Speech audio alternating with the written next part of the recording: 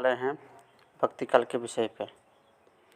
भक्ति काल में हम लोग जो चर्चा करने वाले हैं, ये विषय आपकी यूजी और पीजी दोनों के लिए, आपकी यूजी सेमेस्टर 1 में और पीजी का भी सेमेस्टर 1 में लगा हुआ है, रवि कल्याण विश्वविद्यालय के सिलेबस के आधार पर। ठीक है, तो लोग चर्चा करना शुरू करते हैं। हम लोग आज का जो टॉपिक है वो है भक्ति काल की काव्य प्रवृत्तियों का उल्लेख करें। मतलब भक्ति काल में किस तरह की काव्य रचनाएं हो रही थी, उन काव्य रचनाओं का विषय क्या था, केंद्रीय विषय क्या था, और उनकी चरित्र कैसा था, किन किन मुद्दों पे अधिकतर काव्य रचनाएं हो रही थी, हम लोग इसके विषय पे बात करेंगे। ठीक है, भक्ति काल को हिंदी साहित्य में स्वर्ण युग या स्वर्ण काल के नाम से जाना जाता है। आप सभी जानते होंगे कि जो भक्ति काल है, भक्ति काल को स्वर्ण युग या फिर स्वर्ण काल के नाम से हम लोग जानते हैं। इस समय संपूर्ण राष्ट्र में विभिन्न वर्गों के लोग भक्ति के प्रति आकर्षित हो रहे थे। आदिकाल में जिस तरह वीरता की भावना भरी हुई थी, उसे उठकर भक्ति की ओर नत हो गए थे।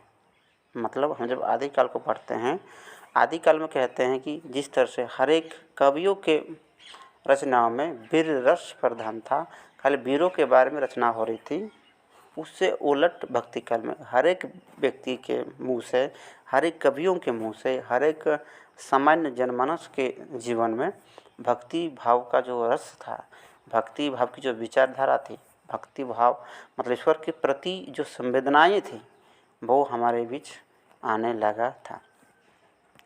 सबसे पहले भक्ति आंदोलन 13वीं सदी शताब्दी तक दक्षिण भारत में प्रचार होता है।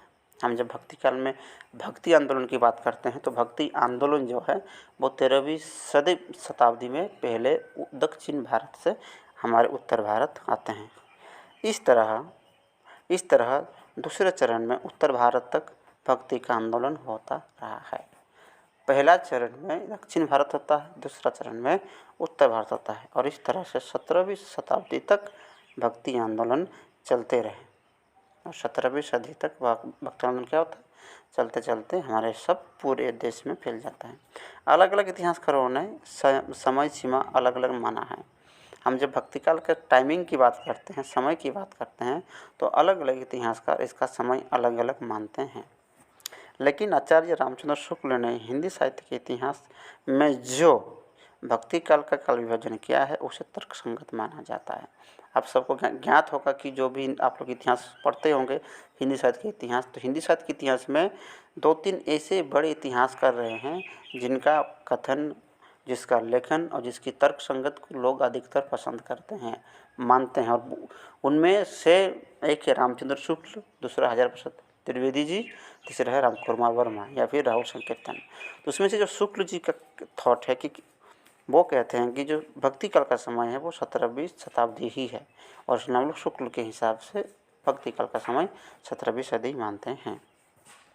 इस तरह शुक्ल जी ने भक्ति काल का समय 1308 से 1643 ईस्वी तक माना है। ये ईस्वी की बात हो रही है।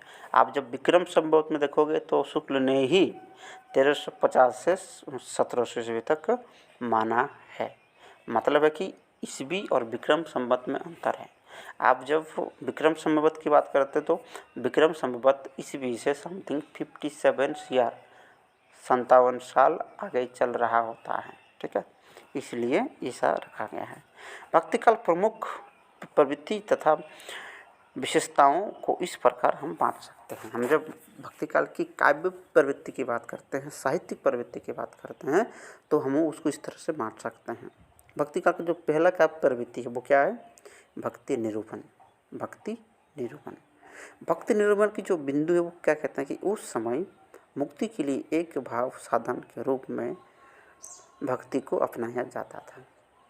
भक्ति काल में इस संसार से मुक्ति के लिए भक्ति भाव को कौन, मानव अपनाते थे। भवसागर से पार होने के लिए एक मात्र भक्ति को ही सहारा माना जाता था। गोस्वामी तो तुलसीदास ने संसार के सागर से पार होने के लिए नवधा भक्ति पर नवधा नवधा पार किया है। इसमें दास्य, साक्ष्य, दैन्य, माधुर्य जो ईश्वर की आराधना कर सकते हैं, इन्होंने सगुण और निर्गुण दोनों को एक ही माना है। हम जब गोस्वामी तुलसीदास की बात करते हैं तो गोस्वामी तुलसीदास ने नवधा भक्ति की बात की थी। नवधा भक्ति मतलब हम कैसे इस संसार के भवसागर में हम लोग जब स्वर्ग चले जाएंगे, मुक्ति की इच्छा करेंगे, तो कैसे हमें नवधा भक्ति हमें क्या करेंगे, हमें मार्गदर्शन कराएंगे। इसके बारे में तुलसीदास जी कहते हैं। ठीक है, आगे की जो बिंदु है, हम लोग थोड़ा सा डिस्टर्ब हो गया है। आगे के बिंदु में कहते हैं, एक लाइन है, प्रसिद्ध लाइन है, सगुण ही अगुण ही ना ही न कुछ भेदा, गावा ही मुनि पुराण बूढ़ा भेदा। ठीक है, क्या कहता है, बूढ़ा भेदा। ये पंक्ति बड़ी प्रसिद्ध पंक्ति है। दूसरा बिंदु है सामाजिक चेतना। पूर्व मध्य काल में समाज को जगाने के लिए भक्ति आंदोलन का बोलबाला था। समाज में कबीरदास ने सभी वर्गों के लोगों के हृदय में भेदभाव को मिटाने के लिए प्रथा खंडन इन पंक्तियों के माध्यम से किया है। सामाजिक चेतना मतलब आप देखोगे कि बाल विवाह के भी कहा जाता है कि उस टाइम पे बाल विवाह का भी प्रथा था। समाज में कुछ कुरीतियाँ थी, उन सभी चीज़ों को हटाने के लिए जो है काफ़ी सारे कबीरदास ने प्रयास किया था। उस पर कहते जाति पाति पूछे ना ही कोई, हरि को भजे सो हरि का होई। वो कहते हैं कि संसार में जाति पाति से कुछ नहीं रखा है। जो व्यक्ति ईश्वर को भजेंगे, जो व्यक्ति ईश्वर की आराधना करेंगे, सच्चे मन से उसको उपासना करेंगे, वही ईश्वर को पा सकते हैं। इस तरह है उन्होंने समाज के लोगों को जगाया तथा हमें जाति प्रथा की भेदभाव को मिटाकर सभी के प्रति भाईचारा की भावना से रहना चाहिए, जिससे समाज उन्नति के शिखर पर पहुंच जा सके। जाति भेद के कारण समाज में अनेकता हो जाती, इसलिए हमें जाति प्रथा की भेदभाव को मिटाकर एकता के सूत्र में बंधे रहना चाहिए। ये विचार सामाजिक चेतना में देते हैं भक्ति काल के कविगण। आगे कहते हैं, तीसरा बिंदु है सद्गुरु की महत्व। भक्ति काल में आप जब कबीरदास को पढ़ोगे तो कबीरदास अपने जीवन काल में सबसे ज़्यादा अगर किसी को इम्पोर्टेंट देते हैं तो वो है आपका गुरुदेव। कहते हैं कि अगर आपका अच्छा गुरु मिल जाए तो आप इस भवसागर से आसान से पार हो सकते हो। आपका जो चक्षु है ज्ञान का वो खुल सकता है। ठीक है, कहते हैं भक्ति काल में सांसारिक विषय वासना को छोड़ने के लिए गुरु को एक मात्र साधन के रूप में माना है।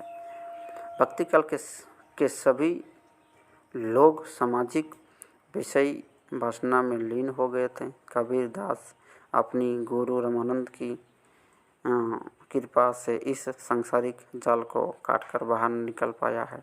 इस तरह कभी कभी किसी न किसी एक गुरु को अपनाया है, जिससे सांसारिक विषय वासना से मुक्ति मिला है। इस तरह सूरदास ने, वल्लभाचार्य, गोस्वामी तुलसीदास ने, नरहरिदास ने आदि गुरु का शिष्य बनकर सांसारिक जाल को काटने में समर्थ हुए हैं। कबीरदास ने बीजक के साखी भाव के अंतर्गत गुरुदेव को अंग शीर्षक के एक दोहे में विस्तार से बताया है, जो इस प्रकार है। सतगुरु की महिमा अनंत किया उपकार, लोचन अनंत उड़ाया अनंत दिखावनहार। गुरु के बारे में बात करते हैं कि गुरु अगर आपको रास्ता मिल जाए, अगर आपके गुरु आपके अगर सान्निध्य आ जाए, आपके जीवन में अगर गुरु आ जाए तो आपके अंधकार रूपी जितनी सारी अज्ञानता है वो दूर करके आपको ज्ञान रूपी दीपक रूपी ज्ञान आपके जीवन में डाल देंगे। इस तरह कबीरदास ने गुरु की चरण कमल बंदन करते हुए एकमात्र गुरु को ही सांसारिक कहता है कि बंधन से मुक्ति देने वाला स्वीकार किया है, जिससे इन दोहों में देखा जा सकता है। बंदो गुरु पद्म पुरागा, सुरचि सुभाष सरस अनुरागा, अमियो सुमिरै चूरन चारु, समन सकल भाव रुझा पराओ। इस तरह की बात करते हैं। चौथा बिंदु है ज्ञान की पोथी की व्यर्थता। ये बात जो है कबीरदास जी कहते हैं, पथी पढ़ी जग मुआ पंडित भया ना कोई, 2.5 अक्षर प्रेम का पढ़े सो पंडित हो। वो कहते हैं कि अगर आप ज़्यादा पंडित हो तो इसका मतलब ये नहीं है कि आप ईश्वर को पालो, आप में ईश्वर को पाने की लगन होनी चाहिए। आगे कहते हैं, देखिए क्या कहते हैं, भक्ति काल में ईश्वर प्राप्ति के लिए ज्ञान को बेकार माना है, क्योंकि योग और ज्ञान मार्ग हमें ईश्वर की भक्ति सुख नहीं करने देती है। इसमें नाना तरह का भ्रम पैदा कर देता है। इसलिए ज्ञान से भी भक्ति को बड़ा माना है। इससे कबीरदास ने ज्ञान की पोथी पढ़ने के बावजूद भी जीवन प्रति प्रेम तत्व स्नेह की भावना नहीं दिखाई देती, जिससे इन पंक्तियों में देखा जाता है। पथी पढ़ी जग मुआ पंडित भया ना कोई, जग पंडित कोई 2.5 एकड़ प्रेम का पढ़े सो पंडित। इस तरह की बातें वो करते हैं। 5वां बिंदु है प्रेम लक्षणा सहज जीवन की महत्व। भक्ति भावना के अंतर्गत प्रेम को सबसे अधिक महत्व दिया जाता है। ईश्वर को प्राप्त करने के लिए हम ईश्वर के प्रति भक्ति के साथ साथ प्रेम भी दोनों जरूरी हो। भक्ति की उत्पत्ति प्रेम और श्रद्धा से बनी होती है। इस तरह ईश्वर को प्राप्त करना है तो श्रद्धा भक्ति के साथ साथ सांसारिक जीवन के भक्ति प्रेम भावना भी होनी चाहिए। कबीर ने आत्मा और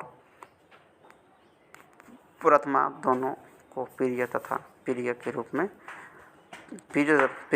में देखा है। हरि मोर पियो मैं हरि के भौरिया।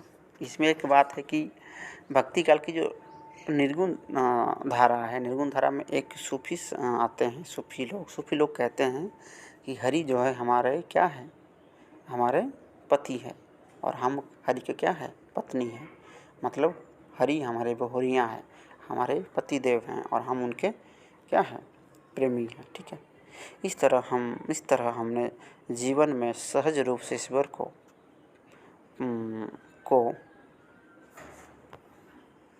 पाना संभव माना है। कबीर ने सहजता के बारे में इस प्रकार बताया है, सहज सब कोई कहे सहज न चिन्हो कोई, जीना सहज हरि जी मिले, सहज कही जो सोई। इन पंक्तियों में कबीरदास ने कहा है कि सभी लोग हर समय हर काम को सहज मानता है। इस तरह से मान लिया जाए तो प्राप्त करना सहज है। अगर ईश्वर को प्राप्त कर लिया जाए तो उसे सहज माना जाएगा। कबीरदास ने कहा है कि कोई भी चीज़ बोलना आसान है, कोई भी इंसान ईश्वर को प्राप्त कर सकता, किंतु वास्तव में नहीं प्राप्त होती, जिससे गुरु की कृपा के साथ एक क्षण से मनुष्य पा सकता है। काव्य भाषा तथा छंद का महत्व। भक्ति काल में काव्य भाषा क्या था, उसका महत्व और उसका छंद क्या था। भक्ति काल में कवियों ने प्रचलित भाषा को अपना काव्य भाषा मानते थे, क्योंकि बोलचाल की तरह भाषा होने से सभी लोग पढ़ पाएंगे। इस तरह इस समय मातृभाषा को काव्य भाषा के रूप में अपनाया जाता था। खासकर इस समय कवियों ने मुख्य रूप से ब्रज, अवधी, भोजपुरी, मैथिली, राजस्थानी, हरियाणी, पंजाबी, खड़ी बोली, अरबी, फारसी, उर्दू, सिंधी आदि का प्रयोग किया गया है। समाज में संस्कृति का प्रचलन बहुत ही कम था। इस तरह उस समय भाषा के साथ साथ छंद को ध्यान में देखा जाता था। इस समय विभिन्न छंदों का प्रयोग हो रहा था, लेकिन इस काल में खासकर दोहा, चौपाई, सोरठा, कवित्त आदि छंदों का प्रयोग किया जाता था। इसलिए इन युग को भक्ति की दृष्टि से स्वर्ण युग कहा जाता था। निष्कर्ष रूप में हम कह सकते हैं कि भक्ति काल में प्रमुख प्रवृत्तियों को देखकर सभी के हृदय में भक्ति भावना भरा हुआ था, इसलिए इसे भक्ति की दृष्टि से स्वर्ण जो कहना अति तर्कसंगत होगा। अर्थात किसी के हृदय में नाम मात्र ही लड़ना झगड़ना पसंद नहीं था, इसलिए भक्ति काल को एक महत्वपूर्ण धार्मिक युग के नाम से जाना जाता है। दोस्तों, ये था आपके भक्ति काल के प्रमुख काव्य प्रवृत्ति। इस वीडियो से, इस लेक्चर से अगर आपको थोड़ा भी लाभ हुआ है, अगर आपको थोड़ा भी लाभ पहुंचा, अगर आप थोड़ा भी समझ पाए हो, तो आप अपने हिसाब से जो करते हैं लाइक एंड सब्सक्राइब कर दीजिए। और उम्मीद है कि आपके यूजी और पीजी में जितने सारे सिलेबस में लगा हुआ चैप्टर्स हैं, जितने सारे पाठ हैं, हम उन सब पाठ को धीरे धीरे करके सबको पूरा करेंगे। आप हमारे साथ जुड़े रहिए। अगर आपको किसी टॉपिक के बारे में वीडियो लेक्चर्स चाहिए तो आप हमें कमेंट कर सकते हैं। ठीक है, धन्यवाद।